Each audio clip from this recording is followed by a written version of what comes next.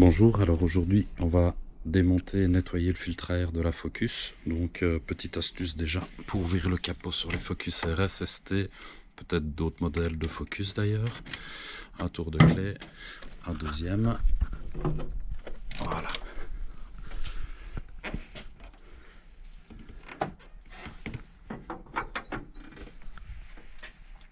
Alors, on voit donc la boîte à air qui est ici, local batterie, local fusible, l'admission d'air.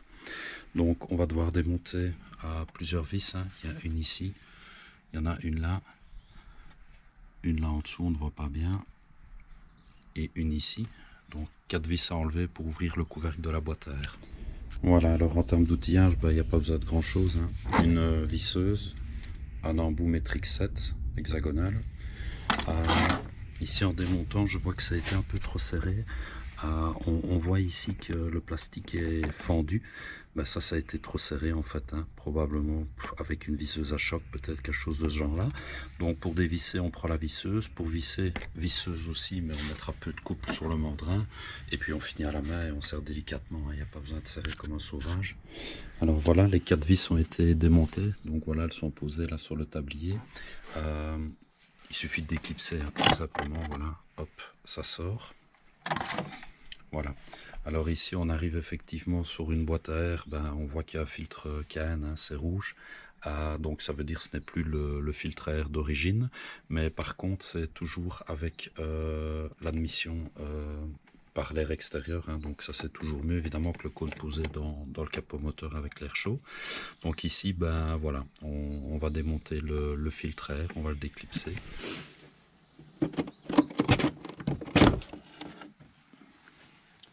Alors, on peut voir deux choses. La première, c'est il est quand même encrassé, c'est plus très propre, il est encore gras, donc ça c'est bon signe. Si c'est sec, c'est moins bien pour la filtration. Et alors, on voit l'intérieur ici, je sais pas la caméra si on le voit, mais c'est pas super propre. On voit que ici c'est gras. Donc ça c'est l'huile qui est pulvérisée. Donc en soi c'est pas dramatique. La boîte à air, je vais dire, l'air passe par l'extérieur ici du filtre et puis rentre par l'intérieur. Donc c'est surtout ici à l'entrée, je vais prendre la torche, on verra plus clair, voilà. Donc c'est ici qu'on peut éventuellement voir, alors si on a des crasses qui passent à travers le filtre, pour ça on peut prendre des petites lingettes style cordou, on passe un petit coup et on voit un petit peu ce qu'il y a de l'autre côté. Voilà, s'il y a des crasses qui passent, ça veut dire que le filtre ne filtre plus totalement, et ça c'est pas une bonne nouvelle spécialement. C'est un petit peu le défaut peut-être de ces filtres là. Voilà. S'il n'y a pas d'entretien et qui ne sont pas régulièrement nettoyés ou frottés, ça peut amener des crasses évidemment à l'admission, et puis ça va dans le bloc moteur, c'est moins bien. Voilà, alors avant de nettoyer le filtre, on va nettoyer la boîte à air, déjà pour qu'elle soit propre. Voilà, ça prend un peu de temps, je suis pas certain que dans les garages ils fassent ça systématiquement, ça prend vraiment pas mal de temps, mais ça vaut la peine, une petite lingette, voilà, et on nettoie convenablement l'intérieur de la boîte à air, on la débarrasse un petit peu de la graisse, un petit peu des poussières, quoi. Alors voilà, j'ai terminé donc le nettoyage avec des lingettes. Idéalement il faut des lingettes un petit peu style professionnel, on trouve ça sur plein de sites, dès qu'ils s'effilochent pas trop, ou pas du tout même, c'est mieux. On voit en fait qu'il y a quand même encore des crasses dans le fond, il y a comme des feuilles, des petits bouts de feuilles, il y a parfois des insectes, donc je vais aspirer le fond de la boîte à air pour les retirer. Alors on voit ici, j'espère qu'on le voit sur les attaches du couvercle de boîte à air, c'est fendu de nouveau, il y a une petite fente au milieu de la vis. Pareil sur celle-là, normalement c'est pas fendu, en fait ça s'est abîmé, ou alors c'est peut-être, non c'est abîmé, on le voit, et on voit le blanc du plastique. Donc voilà, donc ce sont des attaches qui ont été forcées, voilà. Des fois on fait pas toujours attention dans les garages ou quoi, ça serre des fois un peu fort, ou alors la personne, je sais pas, ne se rend pas compte du couple de sa visseuse, mais ça sert à rien de serrer comme un goret, parce qu'ici le filtre à air, on l'a vu, il aspire à l'intérieur de la boîte pour aspirer l'air qui vient de l'extérieur, et donc qui est plus frais, donc plus d'oxygène pour le même volume. Mais fondamentalement, s'il y a même un léger passage d'air, c'est pas trop grave. Donc que les vis soient abîmées, je vais dire, ça ne met pas du tout en danger le moteur. Voilà, c'est purement cosmétique, faut faire attention, il faut toujours serrer, mais raisonnablement, surtout des attaches plastiques. Je regarderai quand même voir le prix de l'accessoire. C'est apparemment la boîte à air d'origine, parce que je regardais les OEM, donc les filtres classiques, hein, papier. Ils ont exactement le même format que le KN, donc c'est pas vraiment un cône, c'est simplement un filtre rétrofit au format usine. Donc ici, bah voilà, j'ai un cône, bah oui, le son c'est un peu plus sympa peut-être. Maintenant, s'il n'y en avait pas eu, j'aurais remis un filtre papier. Il n'y a pas un énorme intérêt, je vais dire, à mettre ce genre de filtre, parce que ça nécessite beaucoup d'entretien. Il faut le vérifier, il faut pas le laisser aller trop loin, sinon il filtre plus bien. Bah, mieux vaut changer une fois par an son filtre à air et mettre un filtre papier. C'est plus sécurisant en tout cas pour le moteur. Moins bien pour le son, peut-être un peu moins bien pour les perfs, mais bon. 5 chevaux de plus, 5 chevaux de moins, je ne sais pas si c'est vraiment important en soi. Donc voilà, là chacun fait comme il le sent. Mais c'est sûr que dans tous les cas, il faut les remplacer régulièrement, les filtres à air ou les nettoyer. Je dirais bah, une fois par an pour celui qui est vraiment consciencieux. Ça dépend comment on roule. Ça, c'est une voiture qui roule 2000 km par an. Ben, voilà, ça s'encrasse pas des masses. Mais malgré tout, ben, voilà, ça prend pas beaucoup de temps à faire.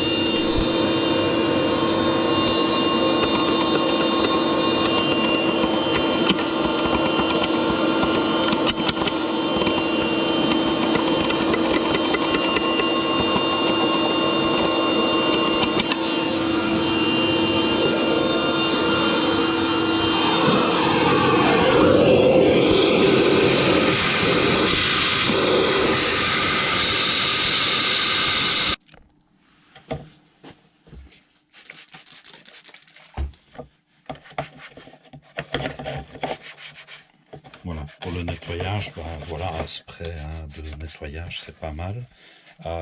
Après, pour la protection des plastiques, un truc qui marche pas mal aussi, c'est les sprays silicone. Tout ce qui est plastique, caoutchouc, etc., ben voilà, ça nourrit bien. Le silicone, ça protège bien. Et les plastiques vivront un peu plus longtemps, je vais dire. Ça va les rendre moins cassants, probablement. Voilà, après, voilà, un petit coup de nettoyage, même simplement avec un chiffon et un peu de nettoyant, c'est déjà pas mal.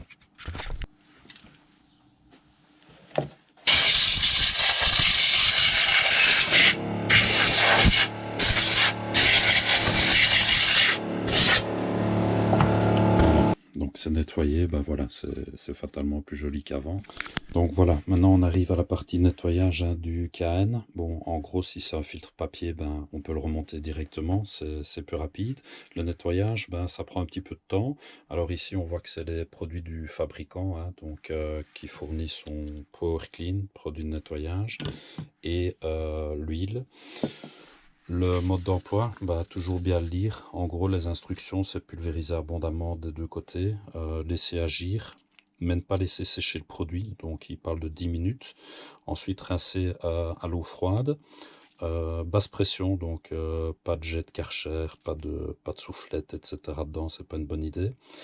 Ensuite, on laisse sécher naturellement. On peut sécher un peu plus vite, mais délicatement, pas au décapeur thermique avec éventuellement un sèche-cheveux ou produit équivalent. Une fois que c'est bien sec, on peut pulvériser l'huile sur le filtre. Voilà, là il faut pulvériser.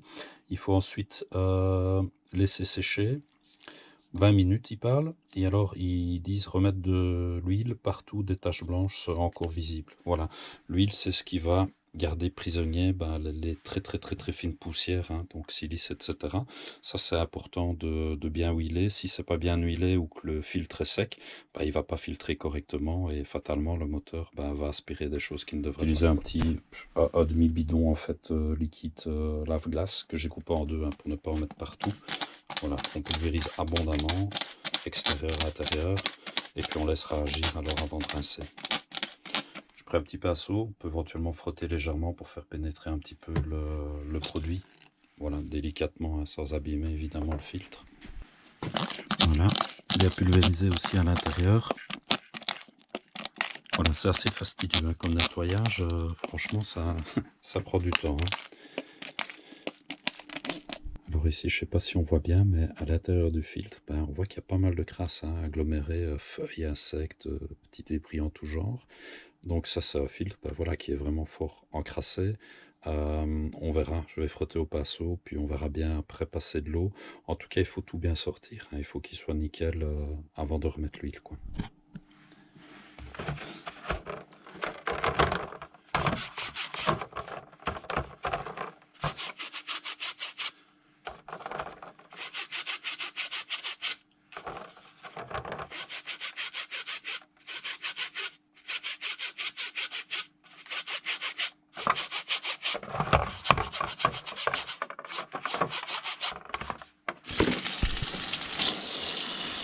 rinçage, d'abord de l'intérieur vers l'extérieur, pour enlever un maximum de crasse. Et une fois que l'intérieur vers l'extérieur est fait, on fait l'extérieur. Alors, voilà.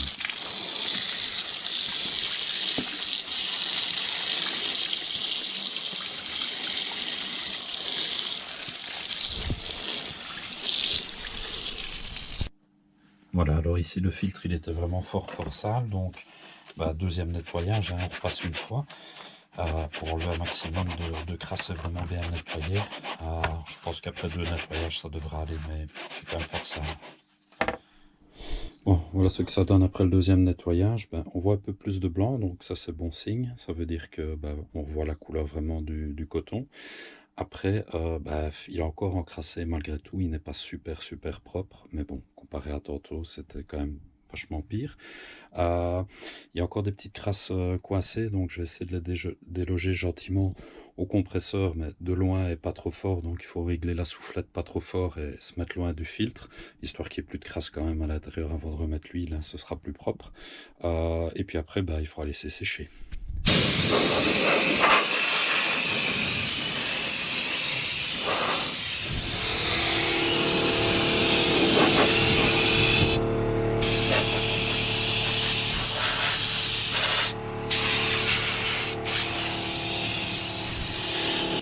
Donc voilà, ici j'ai terminé le nettoyage avec un petit outil qui sert à démonter les garnitures en plastique pour ne pas blesser le maillage en fer et puis le filtre.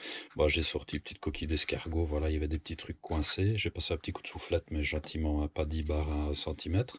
Maintenant, pour accélérer un peu le séchage, on peut laisser sécher à l'air libre ou au soleil, mais ici il fait froid. Donc en gros, j'ai un petit pistolet à air chaud, ça peut être un sèche-cheveux, peut-être pas des capeurs thermiques, c'est peut-être un peu exagéré, mais voilà, donc ça va permettre d'accélérer un petit peu le séchage du filtre. Bon, voilà, le filtre est bien sec, c'est fastidieux quand il fait froid, franchement, pour enlever toute l'eau et bien la sécher, il faut du temps, style 20 minutes facile de soufflage. Faut pas évidemment qu'il y ait encore de l'eau, l'huile et l'eau, ça va pas trop bien ensemble, donc il faut bien prendre la peine de bien le sécher. Alors en été, quand il fait chaud, peut-être qu'au soleil, voilà, ça va plus vite. Mais comme c'est maintenant le cas en hiver, on est 15 décembre, il fait froid et ça ne se sèche pas très vite. Voilà, donc là, on va passer à l'huile, 8 cm la distance qui recommande. Donc voilà, on va sprayer l'huile. Essaye d'en mettre bien partout.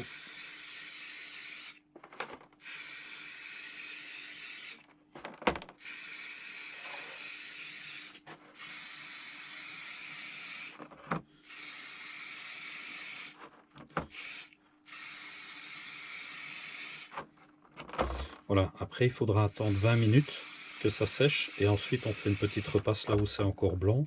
Donc voilà, beaucoup de travail, à peu près 1 heure à mon avis pour nettoyer ça. C'est le temps qu'il faut pour faire l'entretien quasi complet de la Focus huile, filtre à air classique. Ça met pas plus qu'1 heure. Donc voilà, c'est un filtre sûrement qui donne quelques chevaux en plus, qui fait un beau son, mais il faut voir si on a vraiment envie de nettoyer régulièrement. L'idéal c'est de le faire 1 fois par an, voire plus si on roule beaucoup.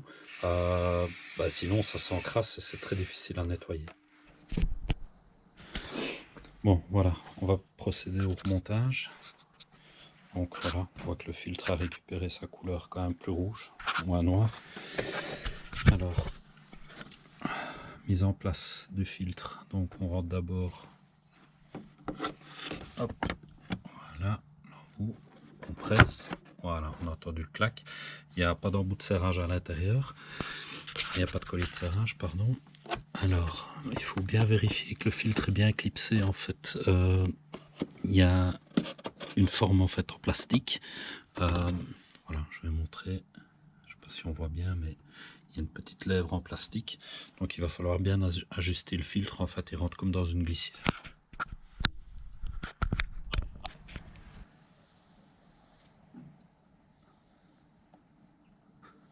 Voilà, pour vous montrer, donc il se clipse vraiment, il y a comme un tenon mortaise, et comme une lèvre.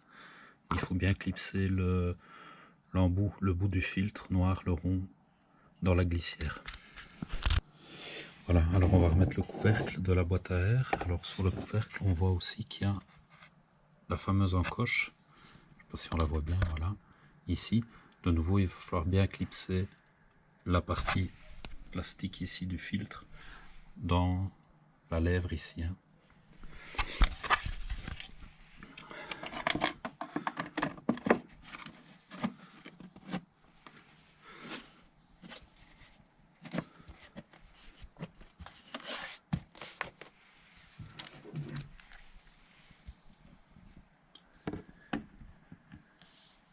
Voilà, ça sent pas mal. On va remettre les 4 vis qui tiennent la boîte à air. On va les visser à la visseuse, mais avec peu de couple. Hein. Donc sur les visseuses, on peut ajuster ici le couple. Voilà, ça ne sert à rien de serrer comme un goret. On finira avec le Rakeniak à la main.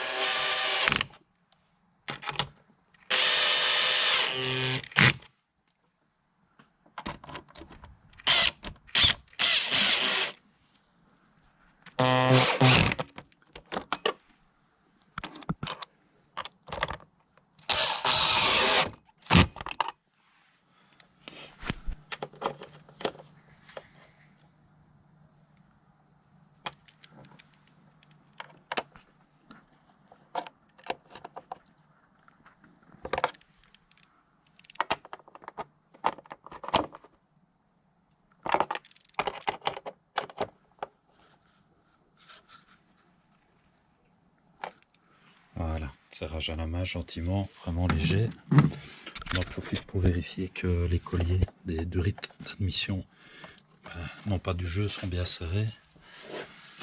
Ça évite d'avoir une prise d'air non filtrée, entre autres. Donc ici, tout a l'air d'être bien serré, donc c'est bon, toujours bien vérifié. J'ai déjà eu le cas des durites mal serrées, ben voilà, c'est pas terrible évidemment. Voilà. On en profite pour mettre un petit coup.